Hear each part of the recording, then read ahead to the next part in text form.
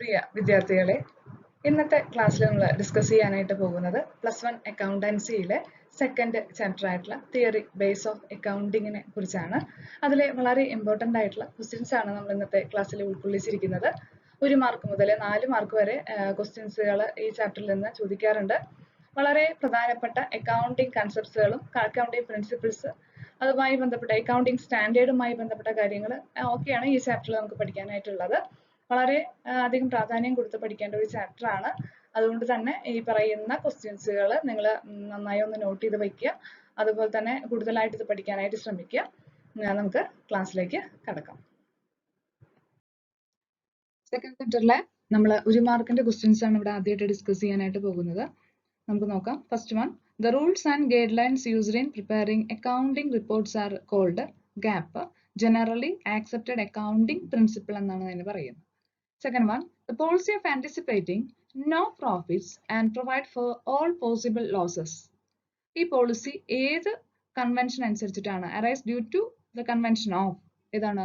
Conservatism എന്ന് പറയുന്ന ഒരു കൺവെൻഷനിലാണ് ഇത് വരുന്നത്. Anticipating no profit and provide all possible losses. ഓർത്തിരിക്കുക, എപ്പോഴും ചോദിക്കാറുള്ള ഒരു ക്വസ്റ്റ്യൻ ആണ്. A business unit is assumed to have an indefinite life coming under. അതായത് ഇൻഡെഫിനിറ്റ് ലൈഫ്, കണ്ടിന്യൂസ് ആയിട്ട് നമ്മൾ ബിസിനസ് അതായത് കണ്ടിന്യൂസ് ആയിട്ട് പോയിക്കൊണ്ടിരിക്കുക എന്നുള്ള രീതിയിൽ പറയുന്നതിനെയാണ് ഗോയിങ് കൺസേൺ എന്നാണ് പറയുക. എന്താണ് പറയുക? Going concern. Okay. Contingent liabilities are usually shown as a footnote in the balance sheet as per dash accounting principle. ഏത് അക്കൗണ്ടിങ് പ്രിൻസിപ്പിൾ അനുസരിച്ചിട്ടാണ് കണ്ടിജന്റ് ലയബിലിറ്റീസ് ഫുട്നോട്ട് ആയിട്ട് ബാലൻസ് ഷീറ്റിൽ കാണിക്കാറ്? ഫുൾ ഡിസ്ക്ലോഷർ അക്കൗണ്ടിങ് പ്രിൻസിപ്പിൾ അനുസരിച്ചിട്ടാണ് അത് നമ്മൾ അവിടെ കാണിക്കാറുള്ളത്. During the life time of business accounting produce financial statement in accordance with which accounting concept? During life time of ബിസിനസിന്റെ ലൈഫ് ടൈമിൽ അക്കൗണ്ടിങ് പ്രൊഡ്യൂസ് ഫിനാൻഷ്യൽ സ്റ്റേറ്റ്മെന്റ് കാണിക്കാറുണ്ട്. In accordance with the accounting concept. ഏത് accounting കൺസെപ്റ്റിന്റെ ബേസിലാണ്? Accounting period എന്നുള്ള accounting കൺസെപ്റ്റിന്റെ ബേസിലാണ്. The principle requires that the same accounting method should be used from one accounting period to the next. അതായത് ഏത് principle അനുസരിച്ചിട്ടാണ് നമ്മൾ സെയിം അക്കൗണ്ടിങ് മെത്തേഡ് ഫോളോ ചെയ്യേണ്ടത് അല്ലെങ്കിൽ യൂസ് ചെയ്യേണ്ടത് ഒരു അക്കൗണ്ടിങ് പീരീഡിൽ നിന്ന് മറ്റൊരു അക്കൗണ്ടിങ് പീരീഡിലേക്ക്? കൺസിസ്റ്റൻസി പ്രിൻസിപ്പിൾ അനുസരിച്ചിട്ടാണ്. Consistency. Okay. Companies must prepare financial statement at least yearly due to the assumption. ഒരു കമ്പനികളായാൽ ഫിനാൻഷ്യൽ സ്റ്റേറ്റ്മെന്റ് പ്രൊഡ്യൂസ് ചെയ്യണം, അറ്റ്ലീസ്റ്റ് ഇയർലി എങ്കിലും പ്രൊഡ്യൂസ് ചെയ്യണം എന്നുള്ളത് ഏത് അസംഷൻ അനുസരിച്ചിട്ടാണ്? അക്കൗണ്ടിങ് പീരീഡ് എന്നുള്ള അസംഷൻ ആണ്. Accounting standard are usually by in India. Accounting standard, ഇന്ത്യയുടെ അക്കൗണ്ടിങ് സ്റ്റാൻഡേർഡിനെ പറയുന്നതാണ് institute of chartered accountants of India. Accounting standard for India formulated and governed by, അതായത് ഇന്ത്യയിലെ അക്കൗണ്ടിങ് സ്റ്റാൻഡേർഡ് ഫോർമുലേറ്റ് ചെയ്തിട്ടും അത് ഗവേൺ ചെയ്യുന്നതും ആരാണ്? അക്കൗണ്ടിങ് സ്റ്റാൻഡേർഡ് ബോർഡ് ആണ്. Accounting principles are generally based on practicability. Accounting principle ഏതിന്റെ ബേസിലാണ്? പ്രാക്ടിക്കബിലിറ്റി പ്രിൻസിപ്പിൾസിന്റെ അല്ലെങ്കിൽ പ്രാക്ടിക്കബിലിറ്റിയുടെ ബേസിലാണ് അക്കൗണ്ടിങ് പ്രിൻസിപ്പിൾസ് നിലകൊള്ളുന്നത്. Closing stock is valued at. Closing stock value ചെയ്യുന്നത് എങ്ങനെയാണ്? Cost price or market price whichever is lower. Cost price ആണോ മാർക്കറ്റ് പ്രൈസ് ആണോ അതിൽ ഏതാണോ ലോവർ ആയിട്ടുള്ളത് അതിന്റെ ബേസിലാണ് ക്ലോസിംഗ് സ്റ്റോക്ക് നമ്മൾ വാല്യൂ ചെയ്യുന്നത്. Assets are shown at cost less depreciation due to the concept. അതായത് അസറ്റ് നമ്മൾ കോസ്റ്റിൽ less depreciation. Asset are shown at cost less depreciation due to the concept. ഏത് കൺസെപ്റ്റിന്റെ അടിസ്ഥാനത്തിലാണ് അസറ്റ് അറ്റ് കോസ്റ്റ് റേറ്റിലും less depreciation എന്നുള്ള നമ്മൾ ട്രീറ്റ്മെന്റ് ചെയ്യുന്നത്? ഗോയിങ് കൺസേൺ എന്നുള്ള കൺസെപ്റ്റിന്റെ ബേസിലാണ്. The concept make distinction between business and its proprietor. ബിസിനസ്സും പ്രൊപ്രൈറ്ററും സെപ്പറേറ്റ് ആണ് എന്നുള്ള കൺസെപ്റ്റ് വരുന്നത് ഏത് കൺസെപ്റ്റിന്റെ ബേസിലാണ്? അക്കൗണ്ടിങ് കൺസെപ്റ്റിന്റെ ബേസിലാണ്. ബിസിനസ് എൻറ്റിറ്റി കൺസെപ്റ്റ് ചോദിക്കാറുള്ള ക്വസ്റ്റ്യൻ ആണ്. നോട്ട് ചെയ്ത് വയ്ക്കുക. 14th one, revenues generally recognized being earned at when sale is effected. Revenue is generally recognized. Revenue recognise ചെയ്യുന്നത് ഏൺ ചെയ്യുന്നതായിട്ട് കണക്കാക്കുന്നത് എപ്പോഴാണ്? സെയിൽ ഈസ് എഫക്ട് ചെയ്യുമ്പോഴാണ്. സെയിൽ എഫക്ട് ചെയ്യുക എന്ന് പറയുമ്പോൾ എങ്ങനെയാണ്? At the point of sale when the title of goods is pass from seller to the buyer. സെല്ലറിൽ നിന്ന് ബയറിലേക്ക് ഗുഡ്സ് എത്തുമ്പോഴാണ് നമ്മൾ സെയിൽ നടത്തി എന്ന് പറയാം. അപ്പോഴാണ് നമുക്ക് റവന്യൂ റെക്കഗ്നൈസ് ചെയ്തെന്ന് പറയാനായിട്ട് സാധിക്കുക. According to principle, frequent changes in the accounting principle adversely affect their liability or the financial information. അതായത് ഒരു അക്കൗണ്ടിംഗ് പ്രിൻസിപ്പിൾ ഇടയ്ക്കിടയ്ക്ക് ചേഞ്ചസ് ഉണ്ടാകുമ്പോൾ അത് ആ ഫിനാൻഷ്യൽ ഇൻഫോർമേഷൻ തന്നെ ബാധിക്കും എന്ന് പറയുന്നത് ഏത് പ്രിൻസിപ്പിൾ അനുസരിച്ചിട്ടാണ്? കൺസിസ്റ്റൻസി പ്രിൻസിപ്പിൾ ആണ്. A firm purchased a pen and paper weight and included these items under the head of stationery. Identify the relevant accounting principle. അതായത് ഒരു ഫേം പർച്ചേസ് ചെയ്യണ pen and paper weight then included these items in the head of stationery. അതിനെ include ചെയ്യുന്നത് head of stationery എന്നുള്ള ഹെഡിലാണ്. Identify the relevant accounting principle. ഇതിൽ ഏത് accounting principle ആണ് ഇതിൽ റിലവന്റ് ആയിട്ടുള്ളത്? മെറ്റീരിയാലിറ്റി പ്രിൻസിപ്പിൾ ആണ്. When a company supplies stationery to another company on credit, assuming that they can realize the amount in the future, name the relevant concept. ഒരു company supply ചെയ്യാണ് stationery മറ്റൊരു കമ്പനിക്ക് on credit ബേസിസിലാണ് supply ചെയ്യുന്നത്. Assuming that they can realise the amount in future. അവർക്ക് ഫ്യൂച്ചറിൽ ഈ amount realise ചെയ്യാനായിട്ട് സാധിക്കും, ഈ എമൗണ്ട് കിട്ടാനായിട്ട് സാധിക്കും എന്നുള്ള ബേസിലാണ്. ഇതിന്റെ അക്കൗണ്ടിംഗ് കൺസെപ്റ്റ് ഏതാണ്? ഗോയിങ് കൺസേൺ കൺസെപ്റ്റ് ആണ്. 18th one, while preparing the final accounts, outstanding salary is added to the salary account. The accounting principle relevant to this context is matching principle ആണ്. ഈ principle അനുസരിച്ച്, matching principle അനുസരിച്ച് final account prepare ചെയ്യുമ്പോൾ outstanding salary എന്തിന്റെ കൂടെ add ചെയ്യണം? സാലറിയുടെ കൂടെ add ചെയ്യണം എന്നുള്ളത് ഏത് പ്രിൻസിപ്പിളിന്റെ അടിസ്ഥാനത്തിലാണ്? മാച്ചിങ് പ്രിൻസിപ്പിളിന്റെ അടിസ്ഥാനത്തിലാണ്. Transaction relating to the qualitative aspect of business are not recorded because of the dash principle. നമ്മൾ അക്കൗണ്ടിംഗ് ട്രാൻസാക്ഷനിൽ ക്വാളിറ്റേറ്റീവ് ആസ്പെക്ട് പരിഗണിക്കാറില്ല, ക്വാണ്ടിറ്റേറ്റീവ് ആസ്പെക്ട് ആണ് പരിഗണിക്കാറ്. അപ്പൊ ക്വാളിറ്റേറ്റീവ് ആസ്പെക്ട് എന്നുള്ളത് ഏതിന്റെ അടിസ്ഥാനത്തിലാണ് നമ്മൾ പരിഗണിക്കാത്തത് എന്നാണ് ചോദിക്കുന്നത്. ഏതാണ്? മണി മെഷർമെന്റിന്റെ അടിസ്ഥാനത്തിലാണ്. Which principles of accounting helps to equate the asset and liability? ഏത് പ്രിൻസിപ്പിളിന്റെ അടിസ്ഥാനത്തിലാണ് അക്കൗണ്ടിങ് ഇക്വേറ്റ് ചെയ്യുന്നത്? അസറ്റും ലയബിലിറ്റിയും ഇക്വേറ്റ് ചെയ്യുന്ന പ്രിൻസിപ്പിൾ ഏതിന്റെ പ്രിൻസിപ്പിളിന്റെ അടിസ്ഥാനത്തിലാണ്? Duality principle. Accounting equation satisfies the concept of accounting. Accounting equation satisfies ചെയ്യുന്നത് the concept of accounting എന്നുള്ളത് ഇതിന്റെ അടിസ്ഥാനത്തിലാണ്, ഡ്യുവാലിറ്റി കൺസെപ്റ്റിന്റെ അടിസ്ഥാനത്തിലാണ്. Duality. Which principle states that the information about two different enterprises have been prepared and presented in the similar manner. അതായത് ഏത് പ്രിൻസിപ്പിളിന്റെ അടിസ്ഥാനത്തിലാണ് അക്കൗണ്ടിങ്ങിന്റെ രണ്ട് എന്റർപ്രൈസസിന്റെ informations present ചെയ്യുന്നതും പ്രിപ്പയർ ചെയ്യുന്നതും സെയിം മാനർ അല്ലെങ്കിൽ സിമിലർ മാനർ ഒരേപോലെ നമ്മൾ പ്രിപ്പയർ ചെയ്യുന്നത് ഏത് അക്കൗണ്ടിംഗ് പ്രിൻസിപ്പിളിന്റെ അടിസ്ഥാനത്തിലാണ്? കൺസിസ്റ്റൻസി എന്നുള്ള പ്രിൻസിപ്പിളിന്റെ അടിസ്ഥാനത്തിലാണ്. Which concept states that the business concern will not be sold or liquidated in near future?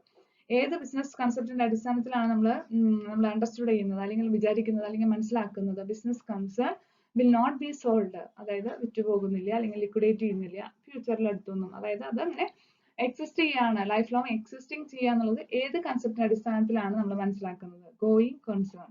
Going concern. ഇത്രയും 1 മാർക്കിന്റെ ക്വസ്റ്റ്യൻസ് ആണ് ഏറ്റവും കൂടുതൽ നമ്മൾ ചോദിച്ചു കണ്ടിട്ടുള്ളത്. മൾട്ടിപ്പിൾ ചോയ്സ് ആയിട്ട് ചോദിക്കാറുണ്ട്, 1 വേർഡ് അല്ലെങ്കിൽ ഓട് 1 ആയിട്ടൊക്കെ ചോദിക്കാറുണ്ട്, പല രീതിയിലും അല്ലെങ്കിൽ ഇതിന്റെ ബേസിൽ തന്നെ ആസ് എ ഫ്ലോയിങ് ചോദിക്കാറുണ്ട്. അപ്പൊ ഇങ്ങനെയുള്ള കൺസെപ്റ്റുകൾ നന്നായിട്ട് മനസ്സിലാക്കിയിരിക്കുക. ഇനി നമുക്ക് അടുത്ത ഒരു ഭാഗത്തിലേക്ക് നമുക്ക് കടക്കാം. ഇതിന്റെ തന്നെ കുറച്ചും കൂടി മാർക്കുകൾ കൂടുതൽ ചോദിക്കുന്ന ക്വസ്റ്റ്യൻസുകളാണ് അതിൽ ഉൾപ്പെടുത്തിയിട്ടുള്ളത്. Next one, while preparing the final accounts, outstanding wages is added to the wages account. Identify the accounting principle related with this statement.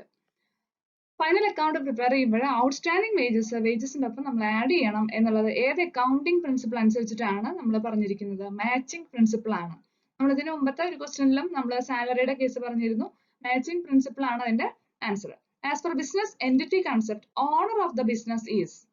Business entity concept അനുസരിച്ച് ഓണർ, ബിസിനസിന്റെ ഓണർ ഓഫ് ദ ബിസിനസ് എന്ന് പറയുന്നത് is supplier, creditor, debtor, borrower ആണ്. അപ്പൊ ആരെയാണ് owner of the business? Creditor ആണ്. Owner of the business എന്ന് പറയുന്നത് ബിസിനസിനെ സംബന്ധിച്ച് ആരാണ്? ക്രെഡിറ്റർ ആണ്. The fact that a business is separate and distinguished from its owner is best exemplified by dash concept.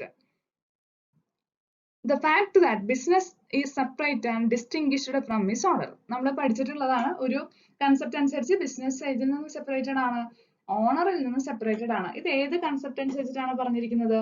Business entity concept ആണ് correct answer. Identify the accounting principle related to the following. Purchased 10 kg raw material for rupees 5,000 was entered in the books of account rupees 5,000. നമുക്കറിയാം നമ്മൾ raw materials 10 kilogram നമ്മൾ purchase ചെയ്തു 5000-ന് നമ്മൾ enter ചെയ്തത് 5000 ആയിട്ട് തന്നെയാണ്. അതായത് അത് ഏത് പ്രിൻസിപ്പിളിന്റെ അടിസ്ഥാനത്തിലാണ്? മണി മെഷർമെന്റ് ആണ്. നമ്മൾ ക്വാണ്ടിറ്റേറ്റീവ് ആസ്പെക്ട് ആണ് നമ്മൾ എൻ്റർ ചെയ്യാറുള്ളത്. അതുകൊണ്ട് മണി മെഷർമെന്റ് പ്രിൻസിപ്പിൾ അനുസരിച്ചിട്ടാണ് നമ്മളത് ചെയ്തിരിക്കുന്നത്. അപ്പോൾ അതിന്റെ ഐഡന്റിഫൈഡ് അക്കൗണ്ടിംഗ് പ്രിൻസിപ്പിൾ എന്ന് പറഞ്ഞാൽ ഫസ്റ്റ് വൺ ഏതാണ്? മണി മെഷർമെന്റ് പ്രിൻസിപ്പിൾ ആണ്. Asset of the business are always equal to the claims of the owners and outsiders.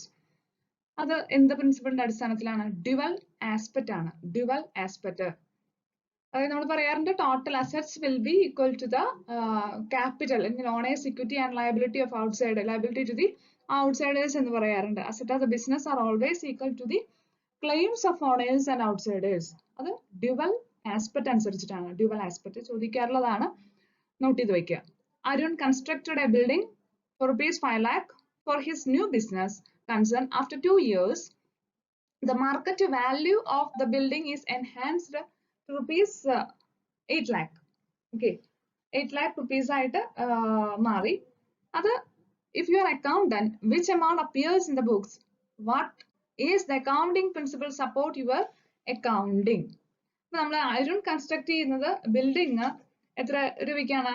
5 lakh rupeesനാണ് Arun construct ചെയ്യുന്നത് ബിൽഡിംഗ്. അതിനുശേഷം ആഫ്റ്റർ 2 years അതിന്റെ മാർക്കറ്റ് വാല്യൂ എൻഹാൻസ് ചെയ്തത് 8 lakh ആയിട്ട് മാറി.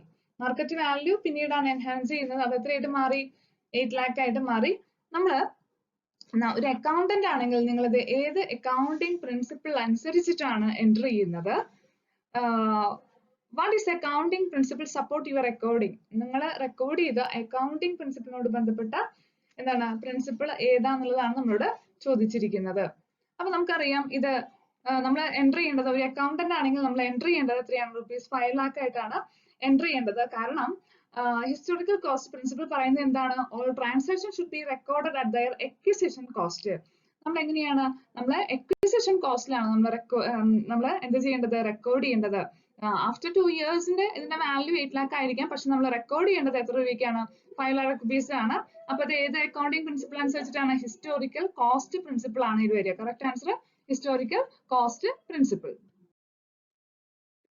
What of the following terms stands for GAAP? GAAP, Generally Accepted Accounting Principle. Then IFRS, International Financial Reporting Standard. ICAI, Institute of Chartered Accountants of India. Okay, ഇതാണ് നമുക്ക് 3 terms അതിൽ പറയുന്നത്. Then sixth one, identify the accounting principle applied in the following cases and briefly explain the concerned accounting principle. നമ്മൾ identify ചെയ്യുക accounting പ്രിൻസിപ്പിൾസിനെ, അതുപോലെ തന്നെ apply ചെയ്യുന്ന following cases നമ്മളൊന്ന് പറയാനാണ് പറയുന്നത്. അതിൽ first one, asset equal to liabilities plus capital. Asset എന്തിനോട് ഈക്വൽ ആണ്? ലയബിലിറ്റീസ് പ്ലസ് ക്യാപിറ്റലിനോട് ഈക്വൽ ആണ് എന്നുള്ളത് ഏത് പ്രിൻസിപ്പിൾ അനുസരിച്ചിട്ടാണ്? നമുക്കറിയാം ഡ്യുവൽ കൺസെപ്റ്റ് അനുസരിച്ചിട്ടാണ്. ഡ്യുവൽ കൺസെപ്റ്റ് അനുസരിച്ചിട്ടാണ് അത് നമ്മൾ പറയുന്നത്. Next one, capital is regarded as a liability. ക്യാപിറ്റലിനെ നമ്മൾ ലയബിലിറ്റി ആയിട്ട് കാണുന്നത് ഏത് പ്രിൻസിപ്പിൾ അനുസരിച്ചിട്ടാണ്? നമ്മൾ പറയാറുണ്ട് business is separated from is owners എന്ന് പറയാറുണ്ട്. അതെന്ത് കൺസെപ്റ്റ് അനുസരിച്ചിട്ടാണ്? ബിസിനസ് എൻറ്റിറ്റി കൺസെപ്റ്റ് അനുസരിച്ചിട്ടാണ്. ബിസിനസ് എൻറ്റിറ്റി കൺസെപ്റ്റ് അനുസരിച്ചിട്ടാണ് നമ്മൾ പറയുന്നത്. Next one, stock is valued at cost or market price which is less. നമ്മൾ പറയുന്നത് അത് ഏത് കൺസെപ്റ്റ് അനുസരിച്ചിട്ടാണ്? പ്രൂഡൻസ് ഓർ കൺസർവേറ്റീവ്സത്തിൽ പറയുന്ന ഒരു പ്രിൻസിപ്പിൾ ആണ് എന്ത്?